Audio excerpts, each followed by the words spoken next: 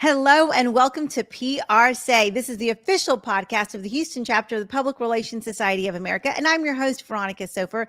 I have the pleasure of bringing to you every week some of our outstanding members here in our Houston chapter of PRSay. The idea is that we can connect and grow and really build our network of professionals in our area. And this week I have another great guest to introduce you to, but before I bring her up, I want to make sure you hit subscribe because we don't want you to miss any episode of PRSay. And if you are watching on YouTube or Facebook, drop us some comments and my guest and I can be sure to connect. So let's go ahead and get this episode kicked off. Joining us now on PRSay, Laura Pennino. Welcome. Hi. Hello. So glad to have you. I'm so excited to connect because we've never actually met before. We have not, and we have to change that. We're going to have Absolutely. coffee or something else a little more fun. Absolutely. I would love it.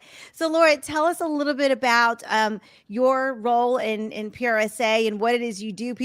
I always tell people, I love this podcast because it's like we're at a mixer and just imagine that we're holding drinks and getting to know each other. So tell me a little bit about yourself. What do you do? So just, gosh, I remember being in PRSA forever ago, and I'm admittedly not as active lately because our business, the PR, our work has been incredibly busy since the pandemic, just completely different since the pandemic. Not a decline in business, but really a change in business, just more intense. We're seeing clients with, smaller budgets and stretched really thin. So that means we're working harder. But anyway, the background on PRSA is I got involved many years ago, like in the 90s, I think, forever ago, and have, participated in awards programs and things like that. And also have attended the Counselors Academy conferences. And that's really great. I have friends who are accredited and have been fellows and all those things. So there's a long history. Yeah. And I've also spoken at PR Day and mentored a lot of people. So. Yeah, that's wonderful. I love it. And so where are you now and how'd you get there? We all started somewhere. A lot of us were in journalism school and then we decided to come to the other side. Some of us came from the business world. How did you get into public relations and what was your path? So the crazy thing is that I didn't really want to be in PR. My mom would say, well, you're really good with people. And like, oh gosh, anybody who knows PR knows that sometimes you don't always like people. But yeah, that's true. That is really true. But I originally wanted to be a veterinarian. And if you see behind me, there is an animal cage in my office. And that's because I rescue animals. And there's one sitting behind my desk right now. But I really originally planned to be a veterinarian. And what held me back, I allowed myself to be held back, was the concern about money. But the other side of my brain was very journalistic, and I loved writing. And so I pursued a journalism degree at LSU. And back in the early 80s, the newsrooms were pretty loud. It was clickety clackety, even though, they had whatever, IBM Selectrics or whatever, but it was really loud. And I don't like loud. As much as people know that I'm an extrovert, loud doesn't really work for me. And so the intensity of the newsroom was just too much. And I found that I really preferred working more in a quiet, strategic setting. And so that led me to transition into internal communications. And then that transitioned into working for an engineering company. And I was doing technical writing and editing. That transitioned into being offered the opportunity to be the first PR person at this engineering company. And at the time, it wasn't that long ago, but in the early 80s, I was one of 3 women in the entire company that had a college degree. Wow. And so because my degree was journalism, the VP of sales and marketing invited me to start their first PR program for the company. Yeah. And so I was 25 and I was like, well, I'm just going to figure it out. So I just figured out what to do, and I used my journalism background and my media experience to work with trade writers and editors. Sure. And that set me up approach Edelman, and I talked to Edelman, and Edelman wanted to grow in Dallas at the time. And I said, well, I'd like to be part of that. And so that's how I transitioned from that whole journey into the agency business. And that was 89. And I've been in the agency business ever since. Wow. I love that. I love that you Crazy. just threw yourself in and was like, I'm going to figure this out. We don't have, but we're going to figure it out. I didn't know I couldn't, so I could. Yeah, exactly. Exactly. So tell me, what is your area of, your specialty now? Now that you've got this different experience, you've been in different sectors. What's your favorite sector? What are you doing now? And what are some of the trends that you're seeing in that space?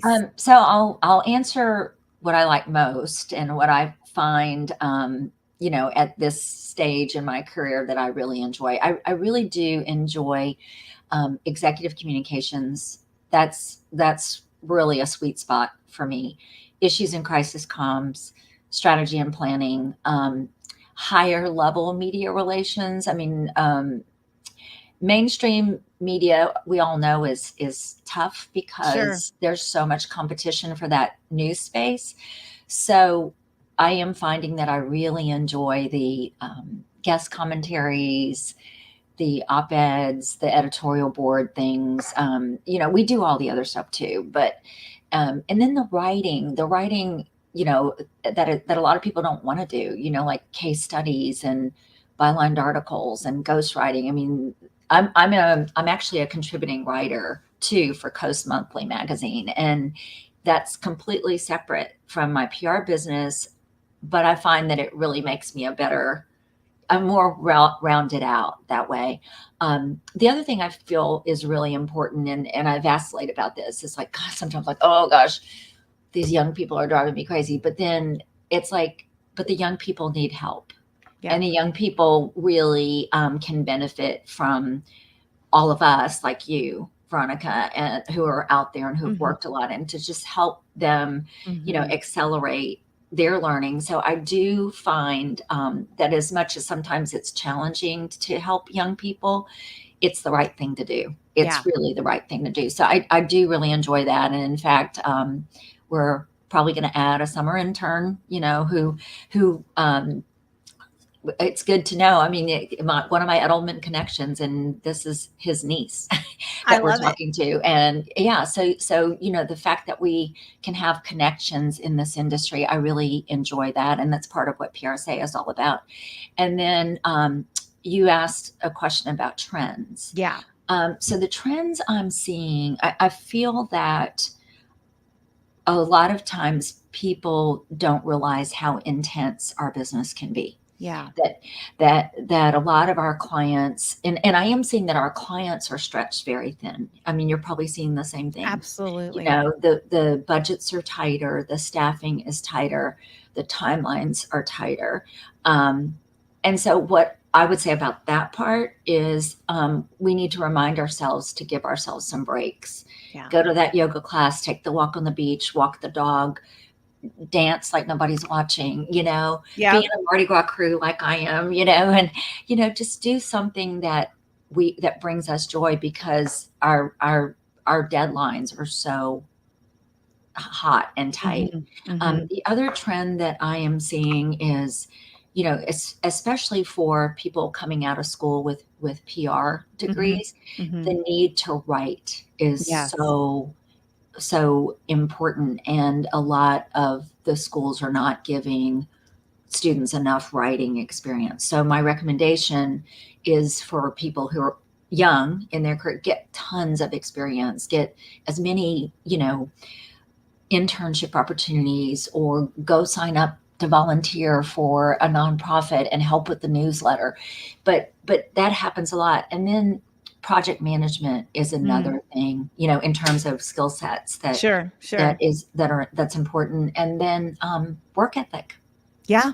Work ethic is an important thing. I see that a lot with people where it's like, oh, I really just want to be off. And it's like, yeah, me too. It's not how the world works. Yeah, me too. So just a different mindset, I guess, And then we're seeing people in our profession, retiring or changing careers. Mm-hmm.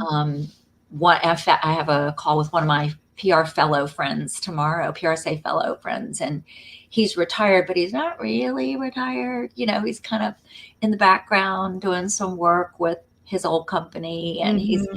riding along with the police department and using his issues and crisis skills. So I'm seeing those kinds of things. Yeah. Yeah, I am too, actually. And it's great because people get to still do what they love. They're still contributing, but it also gives a built-in mentor into some of the spaces that we're talking about. And you talked earlier about mentorship.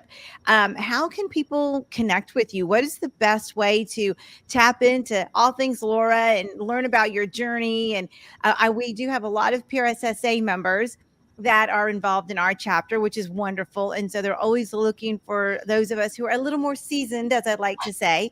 And Laura, you've just got some great experience and tips. How can people connect with you and tap you for some of that mentorship? Well, I always encourage young people, especially like link in with me. Go to LinkedIn. So it's Laura Pennino, LinkedIn, and you'll see me like in a red shirt. So there's lots of Laura Penninos, believe it or not. Gotcha. But I would say do that. And then what I would also tell people, if you really want to get my attention, text me or call me, and I'll give you my mobile. It's 713-419-1776. And the reason is there's just so many emails, and it's just hard to keep up with things. So Yeah. if someone really needs to get my attention quickly, please call or text me, 713-419-1776. Great. And we'll be sure to put that in the show notes too, because you never know. I mean, you clearly have a lot of experience with crisis management and crisis communication. And so you never know when you're in the middle of one, when you're going to need to reach out to somebody just for some help and guidance. Because what I find is we all have plans and strategies, and then all of a sudden when it happens, we can't execute as quickly as we'd like. So having someone like you just at our fingertips might be exactly what you need as you're breaking into the space. And what I would encourage is, like for you and me and different people, we can do these virtual coffees, often. Absolutely. And I think that's one thing that we often forget. Like we get so busy at our desk, but we don't have to leave our desk. We can just go, hey, hi, Veronica. Want to have a cup of coffee? And it's not quite the same as sitting across from you face to face, person to person, where I can smell your cologne or look at your nail polish. But it's really good that we can do that. And I do want to add this. There was a time when no one believed that video conferencing was going to happen. And video conferencing was introduced in the 1964 World's Fair by AT&T. And I worked with a video conferencing company in 1989. So I am pleased to say that video conferencing, video meetings are ubiquitous now. They weren't. Yes. And I was also the first person in the Edelman office in Dallas to have email. So wow, so I loved it. Yeah, so I started the technology practice for Edelman in Texas. They were already operating throughout the U.S., but it was cool. It's been a cool time. I love it. Yes, I love it. The stories you could tell. Yes, I bet you could hear the fax machines going all day long. I remember those days. Well, Laura, it has been so good to just get to know you and introduce you to our membership, and remind everybody on LinkedIn what your handle is. Laura Pennino, Pennino, like the state of Pennsylvania, Penn, and then INO.